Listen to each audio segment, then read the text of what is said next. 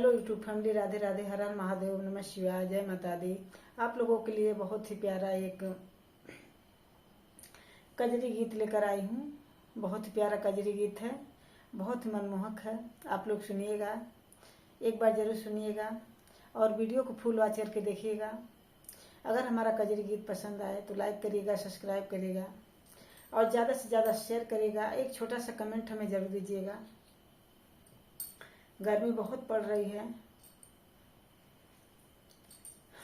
बदरा चढ़ी आइल समनवा, रिम झिम बरस सावनवा ना।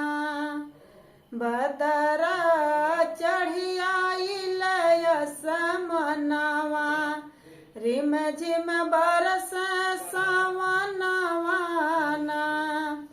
रिम झिम बरस सावनवा ना, रिम झिम बरस सावनवा ना।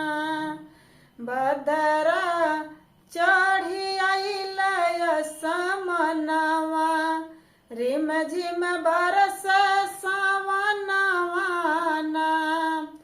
पिया बिना सुन भइल मोर अंगनवा, रिम झिम बरस सावनवा ना।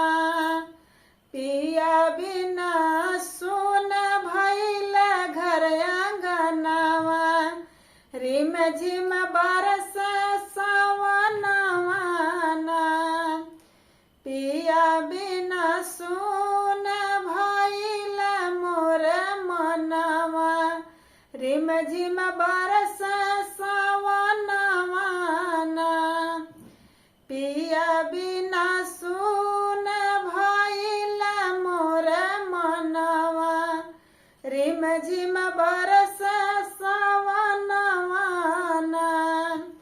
झुर झुर बहे पवन पुरवैया, झुर झुर बहे पवन पुरवैया, पवन पुरवैया हो पवन पुरवैया।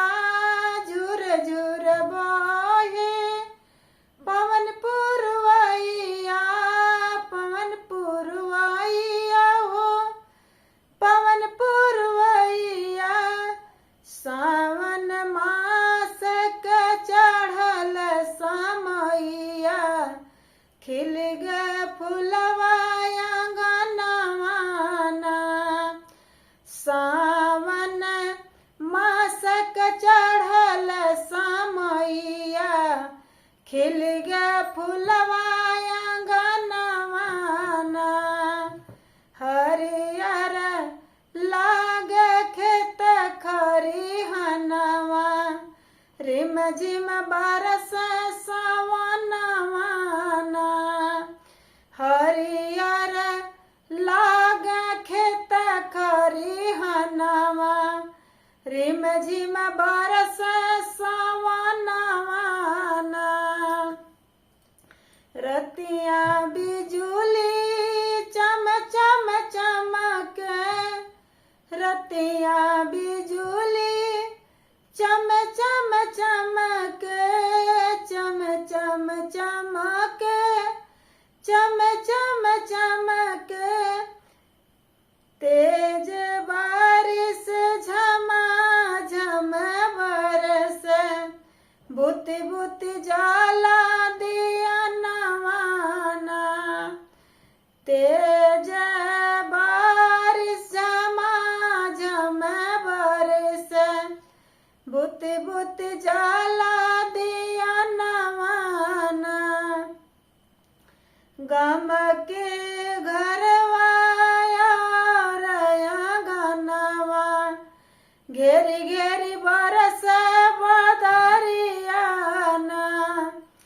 गम के घरवा और आंगनवा, घेरी घेरी बरस बदरिया ना। सावन मास के मस्त महीनवा, सावन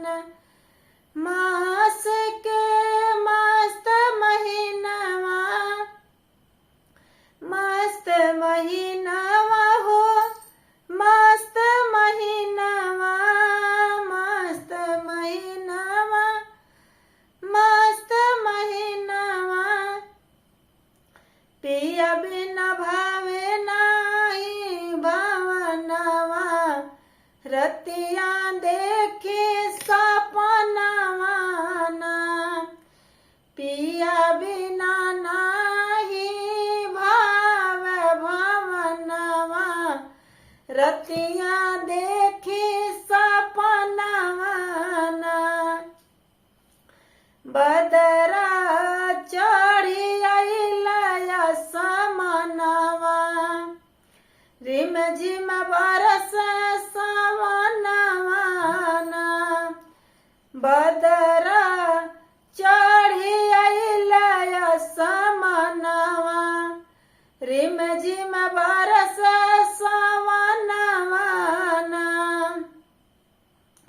रिम झिम बरस सवनवाना रिम झिम बरस सवनवाना बदरा चढ़ी आइला समनवा रिम झिम बरस सवनवाना बदरा चढ़ी आइला समनवा रिम झिम बरस सवनवाना। नमस्कार।